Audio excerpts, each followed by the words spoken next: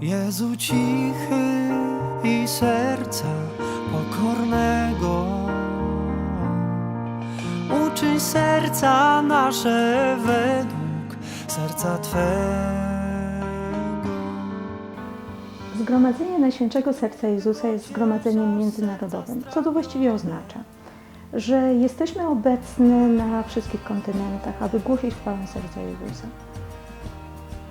Magdalena Zofia odczytała wezwanie swoich czasów i wyszła poza miejsce, w którym zgromadzenie powstało. Powstało we Francji.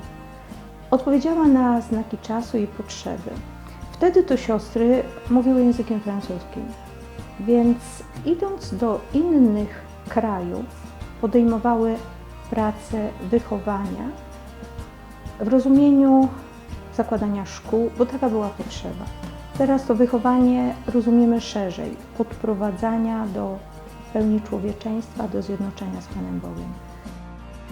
Siostry, odpowiadając na wezwania konkretnych krajów, zaczynały tam pracę wychowawczą i najczęściej uczyły się też języka lokalnego.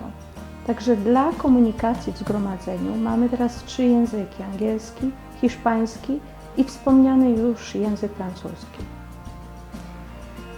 Co to dla mnie oznacza osobiście? Mam szczęście tworzyć taką wspólnotę międzynarodową z siostrami, które przygotowują się do ślubów wieczystych w Rzymie. Taka wspólnota różnie. Jeżeli liczy na przykład 15 osób, to jesteśmy z 12 krajów. A więc można powiedzieć, że pierwszym bogactwem jest różnorodność. Różnorodność kultur, różnorodność tradycji.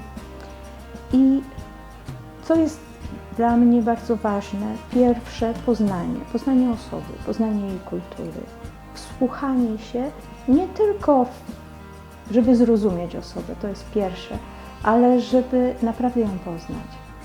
I to jest też bogactwo, które możemy jakby przełożyć na życie każdej wspólnoty i rodziny, aby wzajemnie się poznać, wsłuchać w pragnienia drugiej osoby.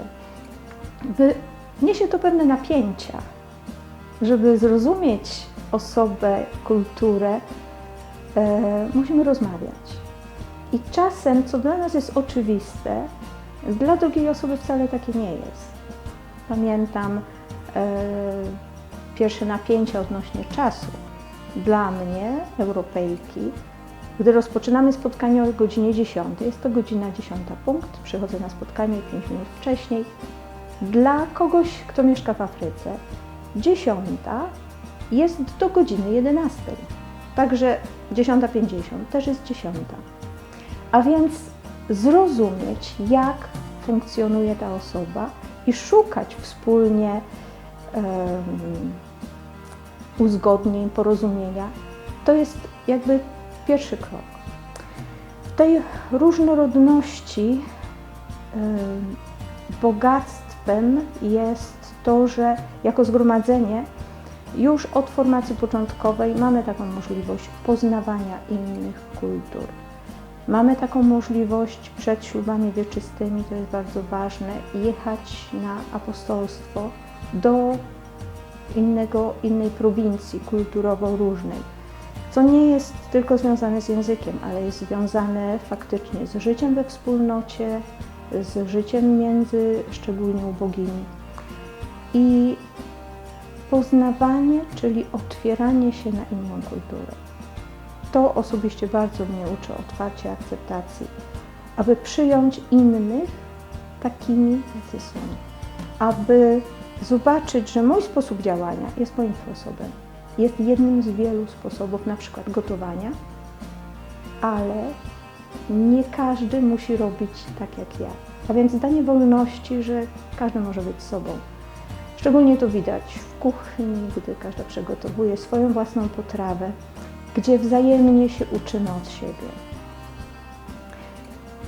Kolejnym elementem jest widzieć w tej różnorodności to, co nas łączy.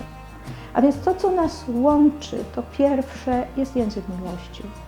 To, co nas łączy, to jest nasza duchowość, w jaki sposób żyjemy konstytucjami.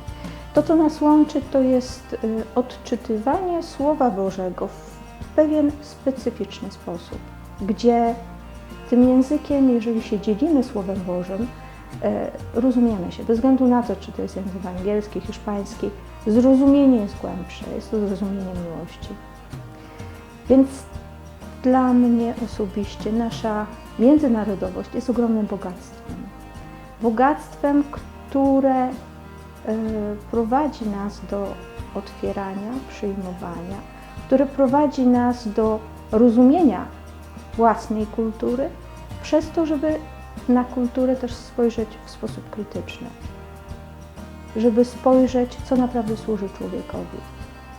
Zawsze, gdy mamy rozmowy o kulturze, w mojej kulturze, patrzymy na Jezusa, jak On w swojej kulturze przekracza to, co ogranicza, przekracza to, co nie daje wolności.